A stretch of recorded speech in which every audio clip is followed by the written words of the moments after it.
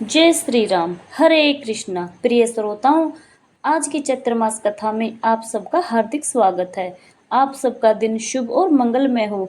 आइए आज की कथा आरंभ करते हैं। एक समय सर्वत्र प्रशंसित होने वाले राजकुमार कुश और लव अयोध्या की गलियों और सड़कों पर रामायण के श्लोकों का गान करते हुए विचरण कर रहे थे।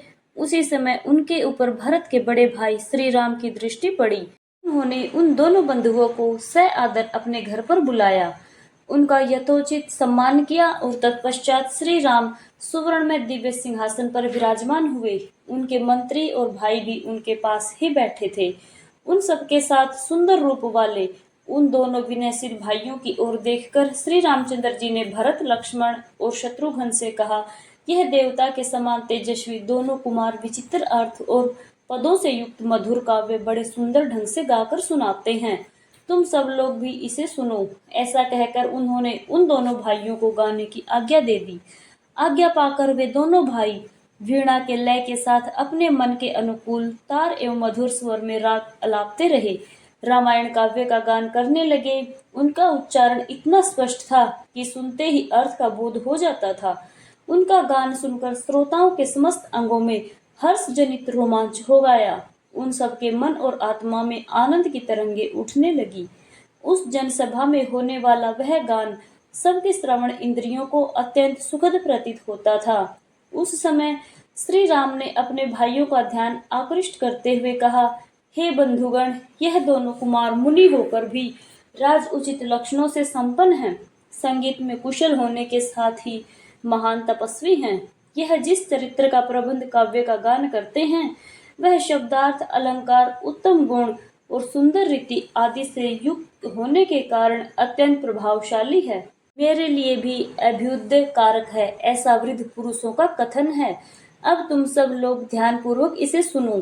तत्पश्चात श्री राम की आज्ञा से प्रेरित होकर वे दोनों भाई मार्ग विधान की रीति से रामायण का गान करने लगे और सभा में बैठे हुए भगवान श्री राम भी धीरे धीरे उनका गान सुनने में तन्मय हो गए। यह सारी पृथ्वी पूर्व काल में प्रजापति मनु से लेकर अब तक जिस वंश के विजयशाली नरेशों के अधिकार में रही है, जिन्होंने समुद्र को खुदवाया था और जिन्हें यात्रा काल में 60,000 पुत्र घेर कर चलते थे, वे महाप्रतापी राजा सागर जिनके कुल में उत्पन्न हुए, उन्हें इक्ष्वाकु वंशी महात्मा राजाओं के कुल परंपरा में रामायण नाम से प्रसिद्ध इस महान ऐतिहासिक काव्य की अवधारणा हुई है। इतना कहते हुए लव कुश ने अब रामायण सुनाना आरंभ किया। उन्होंने आगे कहा, हम दोनों आदि से अंत तक इस सारे काव्य का पूर्ण रूप से गान करेंगे। इसके द्वारा धर्म, अर्थ, काम और मोक्ष चारों पुरुषार्थों की सिद्धि होती है। अतः आप लोग दोष दृष्टि का त्याग करके इसका श्रवण करें।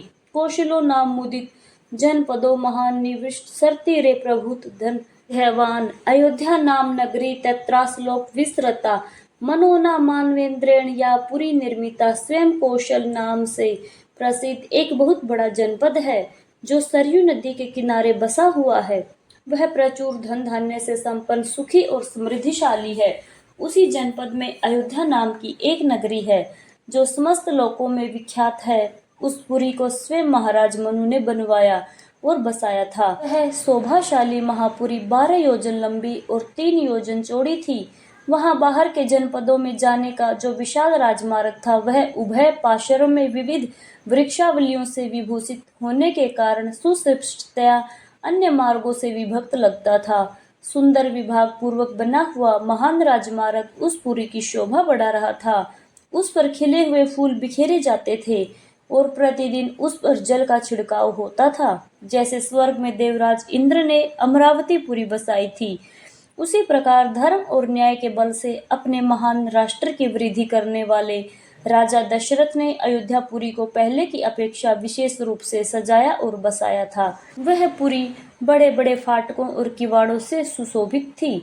उसके भीतर पृथक पृथक बाजारें थी। वहां सब प्रकार के यंत्र और अस्त्र शस्त्र संचित थे। उस पुरी में सभी कलाओं के शिल्पी निवास करते थे। स्तुति पाठ करने वाले सूत और वंशावली का बखान करने वाले मागध वहीं पर रहते थे। वह पूरी सुंदर शोभा से संपन्न थी। वहां ऊंची ऊंची अट्टालिकाएं थी, जिनके ऊपर ध्वज फहरते थे। सैकड़ों शतधनियों से वह पूरी व्याप्त थी। उस पुरी में ऐसी बहुत सी नाटक मंडलियां थी जिसमें केवल स्त्रियां ही नृत्य और अभिनय करती थी। उस नगरी में चारों ओर उद्यान और आमों के बगीचे थे। लंबाई और चौड़ाई की दृष्टि से वह पुरी बहुत विशाल थी और शाखों के वन उसे सब ओर से घेरे हुए थे। उसके चारों ओर गहरी खाई खुदी हुई थी जिसमें प्रवेश करना या जिसे लांघना अत्यंत कठिन था। वो नगरी दूसरों के लिए सर्वथा दुर्गम और दुर्ज थी। घोड़े, हाथी, गाय, बैल, ऊंट और गधे आदि उपयोगी पशुओं से वह भरी पूरी थी। कर देने वाले सामंत नरेशों के समुदाय उसे सदैव घेरे रहते थे। विभिन्न देशों के निवासी वैश्य उस पुरी की शोभा बढ़ाते थे। वहां के महलों का निर्माण अनेक प्रकार के रत्नों से हुआ था। वे गगनचुंबी प्रसाद पर्वतों समान जान पड़ते थे। उनसे उस पुरी की बड़ी शोभा हो रही थी।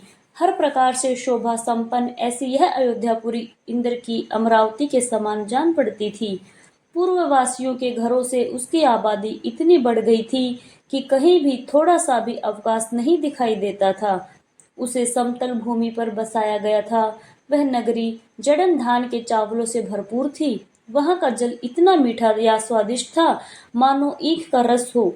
भूमंडल की यह सर्वोत्तम नगरी धुधुम, मृदंग, वीणा, प्रणव आदि वाद्यों की मधुर ध्वनि से अत्यंत गूंजती रहती थी।